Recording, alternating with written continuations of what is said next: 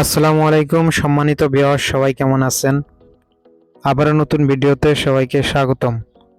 দেশ এবং দেশের বাইরে যে যেখান থেকে ভিডিওটি দেখছেন সবাইকে জানাই আন্তরিক শুভেচ্ছা অভিনন্দন। সৌদি আরব থেকে রসুল খান রয়েছে আপনাদের সঙ্গে। আপনারা যারা সৌদি আরবে আসতে চাচ্ছেন কিন্তু কোনো কাজ কাম জানেন না, অনেকেই ভাবতেছেন যে কোন কাজে গেলে ভালো হবে। আজকের ভিডিওটি শুধুমাত্র তাদের জন্য। আপনারা যারা কাজ জানেন না, কোন বিষয়ে আসলে আপনাদের ভালো হবে, এই বিষয়ে বিস্তারিত আলোচনা করব। আশা করি ভিডিওটি না টেনে সম্পূর্ণ ভিডিওটি দেখতে থাকবেন, তাহলে আপনারা বুঝতে পারবেন। যাই হোক, বেশি কথা বলবো না, ভিডিওটি শুরু করা যাক।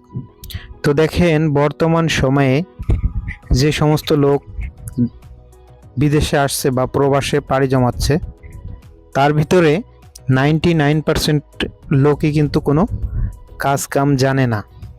এরা হয়তো দেশে থাকতে বন্ধুবান্ধবের সাথে আড্ডা দিছে, অথবা কোনো কাজ কাম করেনি, নিশাখোর হয়ে গেছে। এই সমস্ত লোকই কিন্তু বর্তমান সময়ে তারা প্রবাসে পাড়ি জমাচ্ছে।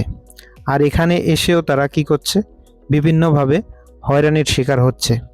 হয়তোবা দালাল যেই কাজের কথা বলছে সেই কাজ দিচ্ছে না, অথবা কাজ দিলেও তারা সেই কাজ করতে পারছে না। এরকম বিভিন্ন ধরনের সমস্যার ভিতরে তারা রয়েছে। তো দেখেন, আপনারা যারা একদম কোনো কাজ কাম জানেন না, আপনারা আজকে কয়েকটি ভিসার কথা বলবো। যদি আপনারা এই সমস্ত ভিসার কাজে আসেন, তবে আপনারা এদেশে এসে কিন্তু কিছু একটা বা আপনার জীবনটাকে আপনি সাকসেস করতে পারবেন। হ্যাঁ, যেমন দোকানের কাজ। যদি আপনি দোকানের কাজে আসেন সৌদি আরবে, দেখেন আপনারা অনেকেই জানেন দোকানের কাজ কিন্তু অনেক ভালো কাজ। আপনাকে বাইরে যেতে হবে না, রোদের ভিতরে কাজ করতে হবে না। আপনি দোকানের ভিতরে বসেই কিন্তু আপনি বেচা কেনা করতে পারবেন। হ্যাঁ, এই বিষয়ে যদি আপনি আসেন, এই বিষয়ে আসলে আপনার কোনো কাজের অভিজ্ঞতা থাকতে হবে না। আপনি আস্তে আস্তে কিন্তু সব কিছুই নিজে নিজে শিখে নিতে পারবেন। এরপরে সুপার মার্কেটের কাজ। আপনারা অনেকেই জানেন সৌদি আরবে অনেক বড় বড় সুপার মার্কেট রয়েছে।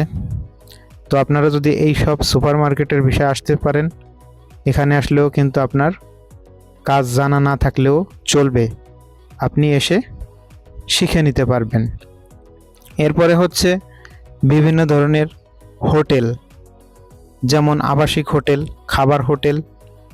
এই সব হোটেলের কাজের বিষয়েও যদি আপনি আসেন, সেক্ষেত্রে আপনার কোনো কাজের অভিজ্ঞতা না থাকলেও চলবে। আর এই সমস্ত বিষয় আসলে আপনার প্রাথমিক অবস্থায় একটু বেতন কম হবে।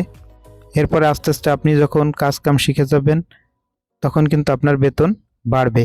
তো বন্ধুরা, আপনাদের একটাই সাজেস্ট করব আমি, যে আপনারা যদি কেউ নতুন আসেন, কোনো কাজ কাম না জানেন, তারা এই বিষয়গুলোতেই আসবেন, তাহলে আপনারা সাকসেস হতে পারবেন। যাই হোক, ভিডিওটি যদি ভালো লেগে থাকে অবশ্যই লাইক কমেন্ট শেয়ার করবেন।